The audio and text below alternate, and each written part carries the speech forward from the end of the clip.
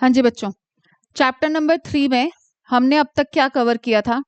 हमने किया था एक तो गुडविल का, न्यूली वैल्यूड गुडविल का एडजस्टमेंट। ठीक है, एडजस्टमेंट था उसमें। मैंने आपको उसको थोड़ा बुक से डिफरेंट तरीके से कराया था, ओल्ड रेशो न्यू रेशो की टेबल बनवा के। ठीक है, उसके बाद हमने किया था एक्यूमुलेटेड प्रॉफिट लॉसेस की कहानी। एक्यूमुलेटेड प्रॉफिट लॉसेस में क्या था, हमने उसका एक केस कर लिया था डिस्ट्रीब्यूशन वाला। डिस्ट्रीब्यूशन क्या कि अगर बैलेंस शीट में आपको जनरल रिजर्व दिया है, वर्कमैन कॉम्पनसेशन रिजर्व दिया है, इन्वेस्टमेंट फ्लक्चुएशन रिजर्व दिया है, अब तो बुक भी टाइम पे निकलेगी बिना बोले। ठीक है, तो डिस्ट्रीब्यूशन में क्या था, अगर क्वेश्चन साइलेंट है, ये आपके इसमें आप कैसे आइडेंटिफाई करोगे कि कब आपको डिस्ट्रीब्यूशन करना है और कब आपको एडजस्टमेंट करना है? आपका क्वेश्चन साइलेंट था अभी तक। साइलेंट क्या था, उन्होंने सिंपली बस बोला कि general reserve appeared in the balance sheet at the time of change this much and that much, ये सब ब्ला था। ठीक है, तो क्वेश्चन अगर कुछ ना बोले तो डेफिनेटली आपको उसको डिस्ट्रीब्यूट कर देना है। डिस्ट्रीब्यूशन की आपकी general entry, general reserve debited to old partners, old ratio, सारी कहानियां चलती थी। ठीक है, आ जाएगा क्योंकि ये सारा आगे तक कनेक्टेड है बेटा। ठीक है, या फिर वर्कमैन कॉम्पनसेशन रिजर्व को भी अगर हम डिस्ट्रीब्यूट कर रहे थे तो रिजर्व हमेशा लायबिलिटी में होते हैं, क्रेडिट बैलेंस होता है, तो डेबिट करके हमने उसको ओल्ड पार्टनर की कैपिटल में डाल दिया, ओल्ड रेशो में। ठीक है, और अगर एसेट साइड पर प्रॉफिट एंड लॉस है, आपको याद होगा एक छोटा क्वेश्चन था जिसमें प्रॉफिट एंड लॉस का डेबिट बैलेंस दिया था। तो डेबिट बैलेंस का मतलब क्या होता है कि वो एसेट साइड में एज एन एक्यूमुलेटेड लॉस छोड़ दिया गया, उसको डिस्ट्रीब्यूट नहीं किया गया। तो फिर आप क्या करते थे कि पार्टनर का capital debited and to profit and loss account. ठीक है, या एडवर्टीजमेंट एक्सपेंडिचर, एडवर्टीजमेंट सस्पेंस, उसको भी हम ऐसे खत्म करते थे। तो डिस्ट्रीब्यूशन कब कब करोगे आप? जब क्वेश्चन साइलेंट है, अभियुत, और अगर आपको लिख कर दे दें कि पार्टनर्स वांट टू डिस्ट्रीब्यूट, खुद ही लिख दिया ना उन्होंने कि वो लोग डिस्ट्रीब्यूट करना चाहते हैं, तो फिर तो डिस्ट्रीब्यूट करके ही खत्म करोगे। उसके बाद अब अगर आपने इनको डिस्ट्रीब्यूट कर दिया तो मतलब बैलेंस शीट से आपने इसको जनरल रिजर्व को खत्म कर दिया ना, क्योंकि आपने तो डेबिट कर दिया। तो न्यू बैलेंस शीट में ये एक्यूमुलेटेड प्रॉफिट लॉसेस नहीं शो होंगे। अभी फुल फ्लेजेड क्वेश्चन स्टार्ट नहीं हुआ, अदरवाइज आपको ये बात क्लियर हो जाती। पहले बैलेंस शीट में है ये, उसको हमने खत्म किया तो न्यू बैलेंस शीट में नहीं आएगा। हार्दिक ध्यान से सुन बेटा।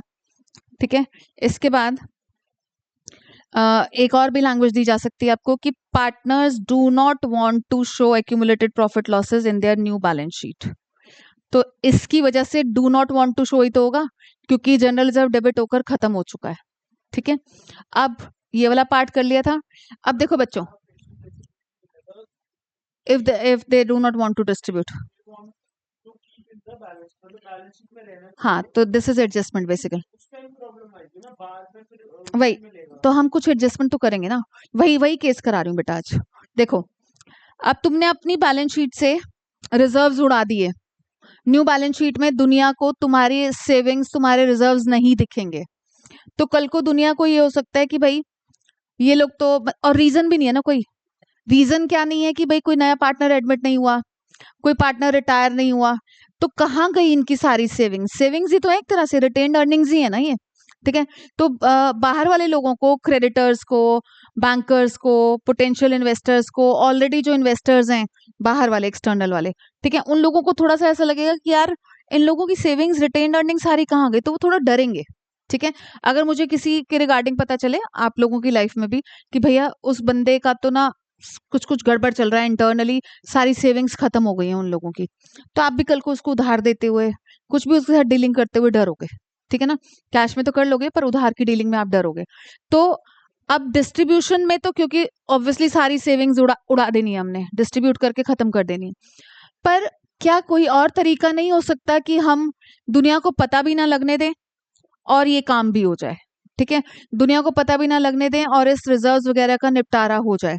तो उसके लिए हमारी क्या होती है, उसके लिए हम करते हैं बच्चों एडजस्टमेंट। एडजस्टमेंट आपको कैसे पता चलेगा, क्या लैंग्वेज होगी? डेफिनेटली आपको क्वेश्चन में बोला जाएगा कि पार्टनर्स, जैसे अभी राघव बोल रहा था, want to keep their reserves and losses in their new balance sheet.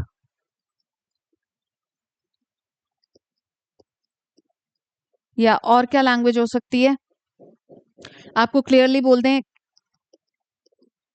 Partners do not want to distribute,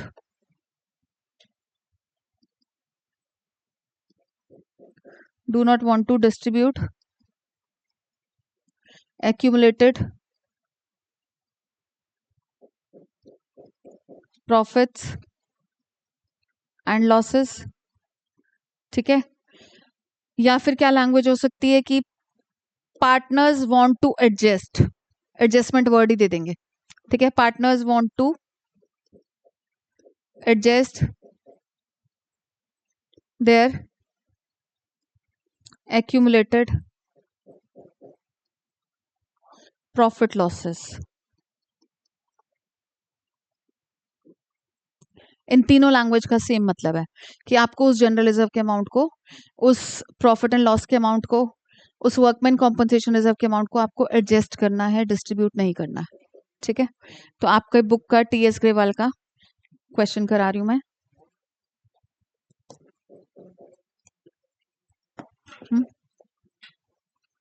क्या कर दूं? नहीं नहीं नहीं, क्वेश्चन तो कर लें एक। बता रही हूँ, पेज नंबर भी बता रही हूँ, इलस्ट्रेशन भी बता रही हूँ, सब बता रही हूँ बेटा। देखो, illustration number 16, page number 3.21, TS Grewal 2025 edition। An, Ban and Shan are partners in a firm sharing profits in the ratio of 3:3:2. Old ratio 3:3:2. They decide to share profits equally. New ratio is 1:1:1. With effect from 1st April 2025, on that date, General Reserve had a credit balance. General Reserve का वैसे भी credit balance होता है, तो ये बात करने का तो इनका इलॉजिकल सी बात हो गई। ठीक है, क्रेडिट बैलेंस ऑफ ₹72,000। देखो अब आगे लैंग्वेज क्या दे रहे हैं, instead of distributing the general reserve it was decided to record an adjustment entry. ठीक है, वो चाहते हैं कि हम इसको डिस्ट्रीब्यूट नहीं करना चाहते, हम एडजस्टमेंट एंट्री पास करना चाहते हैं, giving effect to due to change in PSR. तो देखो आपके पास जनरल रिजर्व का कितना अमाउंट है बच्चों, जनरल रिजर्व का अमाउंट है 72,000। अब वो लोग इसकी एडजस्टमेंट एंट्री करना चाहते हैं, तो सेम जैसे हमने गुडविल की करी थी। ठीक है, बुक से थोड़ा डिफरेंट कराऊंगी ताकि ये बाइफरकेट हो सके, एक डिफरेंशिएशन आप बना सको कि आपको कब किस चैप्टर में, इस चैप्टर में स्पेशली एडजस्टमेंट के, क्योंकि एडजस्टमेंट इसी चैप्टर में चलेगा, बाकी चैप्टर्स में, आगे वाले चैप्टर्स में एडमिशन हो चाहे रिटायरमेंट हो चाहे डेथ हो, वहां पर डिस्ट्रीब्यूशन है। ठीक है, तो आन, बान, शान, ओल्ड रेशो 3:3:2 में डिस्ट्रीब्यूट करेंगे 72,000 को, तो डिवाइडेड बाय 8 करके हो गया 9, 9 2s are 18,000, 9 3s are 27,000। New ratio थी 1:1:1। ठीक है, डिवाइडेड बाय 3 करेंगे तो 24,000।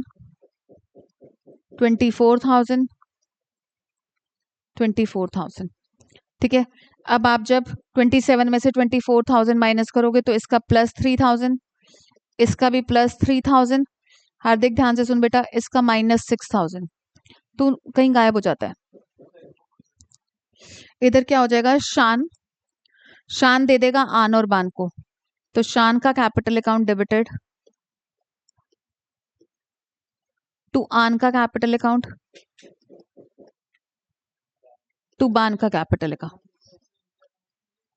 नहीं, कॉन्ट्रा एंट्री आएगी, इसको फुल फ्लेजेड क्वेश्चन में आप कॉन्ट्रा इफेक्ट दोगे इस एंट्री को, क्योंकि कैपिटल, जब पार्टनर्स के कैपिटल अकाउंट्स बनाओगे तो कैपिटल ही मेंशन हो रही है डेबिट और क्रेडिट में, तो डेफिनेटली आप इसका कॉन्ट्रा इफेक्ट करोगे। हाँ जी, और अभी अगर इसी क्वेश्चन में goodwill of the firm is valued at rupees this much करके ऐसे दे देते, तो आप क्या करते, इसी जनरल रिजर्व के अमाउंट में वैल्यूड वाली गुडविल को, तो क्योंकि हमें एडजस्ट ही करना होता है ना, तो इसमें अमाउंट को प्लस करते, फिर उस टोटल अमाउंट को एक साथ एक ही सिंगल एंट्री दोगे। एडजस्टमेंट एंट्री सिर्फ एक सिंगल चलेगी बेटा, जनरल रिजर्व जीरो नहीं करना ना, दे वांट टू शो। हमने जनरल रिजर्व डेबिट लिखा है यहाँ पर, खत्म ही नहीं हुआ वो पूरा का पूरा 72,000 यस बैलेंस शीट में, क्योंकि वो लोग ये दुनिया को ये नहीं बताना चाहते कि हम लोग झगड़ लिए हैं। दुनिया को बिना बताए भी काम चल सकता है ना, घी सीधी उंगली से क्यों निकाल रहे हो, टेढ़ी कर लो, काम चल रहा है, इन फ्यूचर अब सुनो ना, ये आपस में एक दूसरे को लेन देन कर रहे हैं कि भाई इन फ्यूचर, इसने बोला आन ने इन फ्यूचर मेरे को 24,000 मिलेगा इस रिजर्व के नाम का, वैसे ओल्ड रेशो के अकॉर्डिंग मेरे को 27 मिल रहा था, तो तुम भैया मुझे 3 अभी दे दो, तो ये 3 दे दिए। ठीक है, बान ने भी यही बोला कि इन फ्यूचर मेरे को 24 मिलेगा, 3 अभी दे दोगे तो मेरे को कोई दुखड़ा नहीं है, कल को भी 24 भी मिल जाएगा। तो इसको शान को देखो, शान को पुरानी रेट, क्योंकि ये रिजर्व्स मेंटेन तो ओल्ड रेशो के अकॉर्डिंग हुए थे ना बच्चा, तो इनका निपटारा उन्होंने अपना जो डिविजिबल प्रॉफिट का सैक्रिफाइस करा टू मेंटेन दीज प्रॉफिट्स, वो तो ओल्ड रेशो में ही करा होगा ना, तो फिर ओल्ड रेशो के अकॉर्डिंग ही खत्म होनी चाहिए कहानी। अब इस बंदे को कल को 24 मिलेगा, तो पुराने के अकॉर्डिंग 18 मिलना चाहिए था, तो इसको 6,000 देना है, तो इसलिए डेबिट हो गया और बाकी दोनों क्रेडिट हो गए। ठीक है, तो इन फ्यूचर किसी को भी कोई दुख नहीं होगा। हाँ हाँ, बिल्कुल बिल्कुल, बाद में सबको न्यू रेशो के अकॉर्डिंग मिल जाए, अभी तो चलो न्यू रेशो बराबर थी, बट न्यू रेशो के अकॉर्डिंग मिल जाए तो कहीं कोई हमें दुख नहीं है। ठीक है बच्चों, ओके, बाय बाय।